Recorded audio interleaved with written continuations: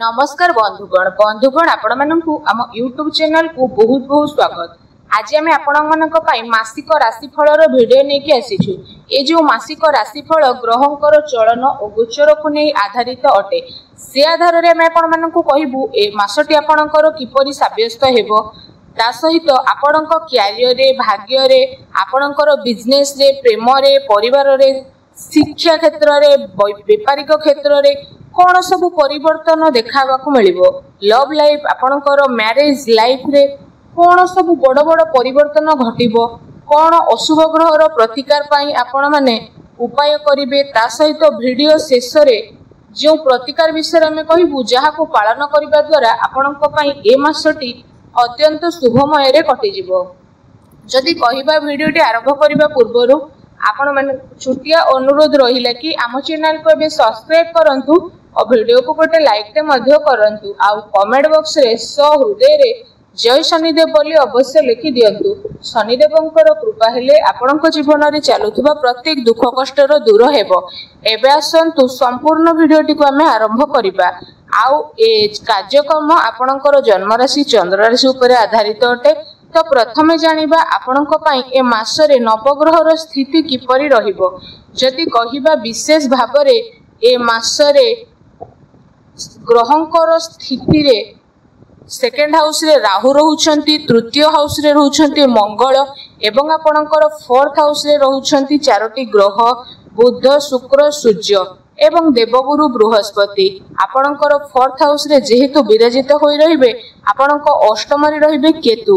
एबे आसंतु जानिबा प्रथमे आपणकर स्वास्थ्य स्थिति ए मासरे किपरि रहिबो। विशेष भाबरे कहिबा आपणकर हेल्थ किपरि रहिबो। फर्स्ट हाउस होई थाए आम इम्यूनिटी सिस्टम रो हाउस। तो आपणकर फर्स्ट हाउस रो लॉर्ड बनुछंती शनि आ शनि फर्स्ट हाउस रे जेहेतु विराजित अछंती तो शनि देवंक ऊपर कौनसी भी पाप ग्रहर दृष्टि पड़िबो नाही। ए कारणरू आपणकर स्वास्थ्य ए मासरे बहुत ही भल रहिबो एवं आपणकर पंचम घरर लॉर्ड मध्ये जेहेतु केंद्र रे विराजित रहिबे आ आपणक नाइन्थ हाउस रे लॉर्ड मध्ये त्रिकोण रे विराजित होई रहिबे। तो विशेष भाव में ए कारण रे आपणकर हेल्थ बहुत भल रहिबो। एबे आसंतु जानिबा विद्यार्थी मानक पई ए मासटी किपरि कटिबो। पंचम हाउस होइते विद्यार्थी मानक पई आ आपणक पंचम घरर लॉर्ड बनुछंती बुधदेव। बुधदेव आपणकर फोर्थ हाउस रे विराजित जेहेतु अछंती तो विशेष भाव में जदि आमे कहिबा पंचम भाग को गोचर करिवे तो विद्यार्थी पई गोटे खुशी रे कथा कि विद्यार्थी 14 तारीख को आपण पंचम भाग को प्रवेश करेंगे। 14 तारीख पर विद्यार्थी बहुत ही भल समय रहिबो। आ तापर यदि आपनकर एग्जाम किछि रही थाए तो एग्जाम रे मध्ये बहुत भल रिजल्ट आपनको देखिबा को मिलिबो।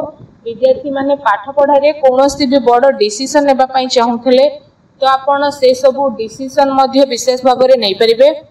आपनको पई समय बहुत भल रहिबो कारण बुध जेहेतु निज घर को प्रवेश करिवे तो आपण गोटे कथार ध्यान रखंतु कि आपणकर पाठ पढ़ारे कोनोसी भी डिसीजन नेबा को चाहुथले आपण 14 तारीख पर नियंतु स्थिति भल रहिबो।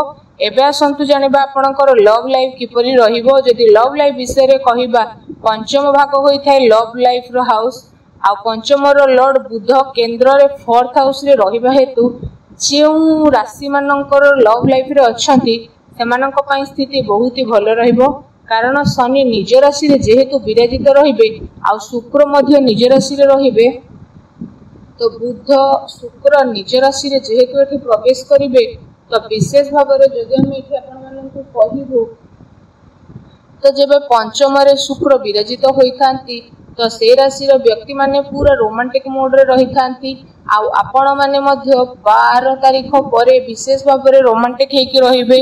बुध जेहेतु निज राशि रे विराजित हेबा हेतु आपणकर लव लाइफ रे कोनोसी भी समस्या पूर्वरु चालुथुला किंबा आपणकर लव लाइफ ले आर्गुमेंट चालू थिला बा चालुछि तो बुध देव जेबे निज घरे प्रवेश करिवे तो लव लाइफ रे रहिथिबा व्यक्तिंकर प्रत्येक दुख कष्ट रो दूर हेबो एवं आपणकर लव संपर्क पुणी थरे जोड़ी हेबा पई मध्ये लागिबो।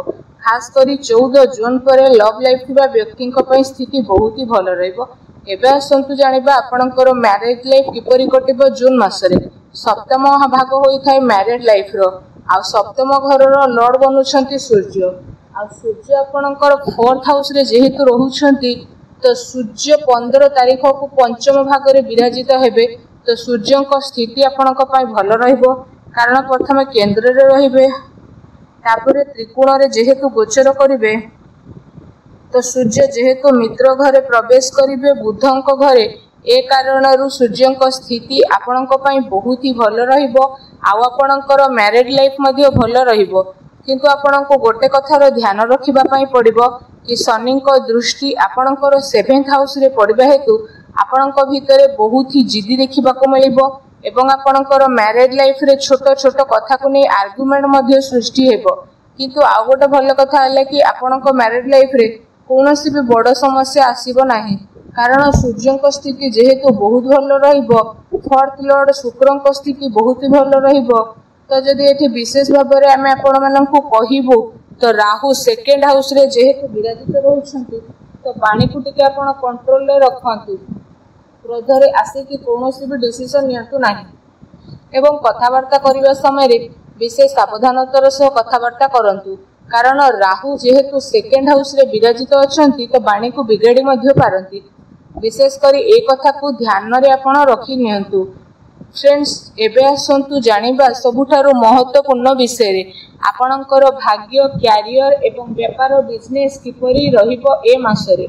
यदि कहिबा भाग्य स्थान होई थाए 9th हाउस आ कैरियर रो हाउस होई थाए 10th हाउस तो आपणकर 9th रो लॉर्ड बनुछंती विनेस माने शुक्र आ शुक्र देव 4th हाउस रे जेहेतु विराजित होई कि रहिबे तो विशेष भाव में जदि कहिबा आपणकर भाग्य बहुत ही भल रहिबा को जाउछि। तापरे विशेष भाव में 9th हाउस जेहेतु आपणकर मजबूत हेबो तो विशेष भाव में आपणक पई गोटे खुशी कथा आसीबो ए मास तो आपणक पई भल नुह बहुत ही भल रहिबा को जाउछि कारण ग्रहंकर स्थिति अनुसार आमे एठी पूरा डिटेल्स रे आपणको कहूछु।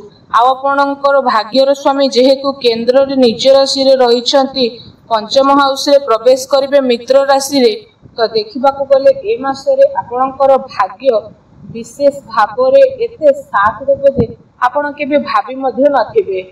यदि आपण कोनोसी भी शुभ कार्य आरंभ करबे पई चाहुछंती तो आपण करि मध्ये नियंतु भाग्य आपनको साथ अवश्य देबो।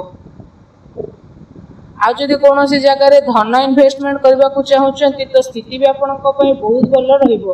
कोनोसी भी डील मध्ये जदि करबा को चाहुछंती तो भी आपण करि परिबे भाग्य आपणकर जबरदस्ती साथ देबो।